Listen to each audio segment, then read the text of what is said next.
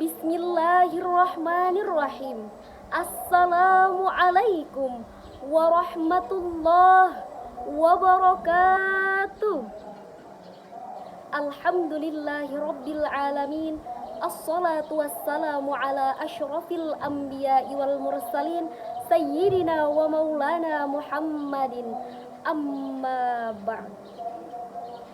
Yang terhormat selaku Pembina Muhadharah Ibu Fitriani SPD STHI MPD serta teman-teman PKU Putri yang saya cintai, marilah kita panjatkan puji dan syukur kita kepada Allah Subhanahu wa Ta'ala yang telah mencurahkan limpahan rahmat-Nya kepada kita, sehingga kita masih diberi kesempatan untuk melaksanakan muhadharah ini walaupun tak dapat saling beradu pandang.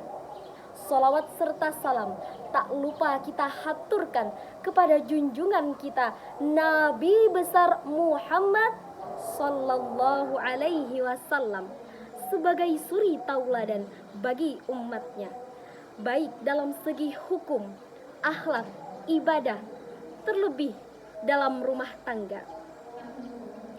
Di akhir zaman yang sedang kita alami sekarang ini, menikah muda seakan menjadi tren, sehingga tak sedikit kasus perceraian di Indonesia dari tahun ke tahun terus meningkat. Menurut catatan data Badan Pusat Statistik BPS dari Survei Sosial Ekonomi Nasional Susenas pada tahun 2015, sebanyak 5,89% pasangan suami istri bercerai. Kemudian pada tahun 2020 sebanyak 6,4% pasangan suami istri bercerai yang didominasi dengan 3 alasan. Pertama, karena perselisihan dan pertengkaran. Kedua, satu pihak meninggalkan pasangannya. Ketiga, faktor ekonomi. Oleh karena itu, perkenankanlah saya menyampaikan sebuah pidato dengan judul Dominasi Laki-laki dalam Rumah Tangga. Saudariku sekalian yang berbahagia, Allah Subhanahu wa Ta'ala berfirman di dalam Al-Quran surah At-Tahrim ayat 6 yang artinya, wahai orang-orang yang beriman, peliharalah dirimu dan keluargamu dari api neraka yang bahan bakarnya adalah manusia dan batu. Ayat ini menunjukkan bahwa Allah memerintahkan kepada seorang pemimpin di dalam rumah tangga, hendaknya ia mampu bertanggung jawab atas keluarganya dengan mengajarkan ketaatan, patuh terhadap perintah Allah dan menghindari larangannya untuk menyelamatkan mereka dari panasnya api neraka. Di dalam tafsir Ibnu Katsir, Ali Ibnu Abu Thalhah telah meriwayatkan dari Ibnu Abbas sehubungan dengan Quran surah At-Tahrim ayat 6, yakni, amalkanlah ketaatan kepada Allah dan hindarilah perbuatan-perbuatan durhaka kepada Allah, serta perintahkanlah kepada keluargamu untuk berzikir, niscaya Allah akan menyelamatkanmu dari api neraka.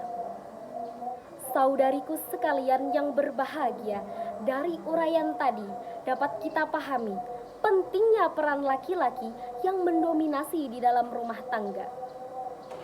Terlebih dalam hal mengambil keputusan, memberi nafkah zahir dan batin, bahkan dalam aturan berpakaian agar sesuai dengan perintah syar'i. Bahkan ada yang sampai melarang untuk bekerja, berhenti kuliah, dan sebagainya. Hal-hal seperti inilah yang banyak melatar belakangi perselisihan dalam rumah tangga, karena tidak semua wanita itu mau diminta untuk berhenti kuliah, berhenti bekerja.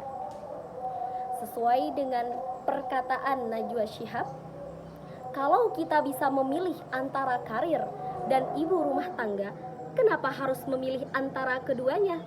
Kalimat ini seakan-akan merendahkan perempuan. Lantas, bagaimanakah solusinya? Hendaklah paham dan mengerti ilmu pranikah.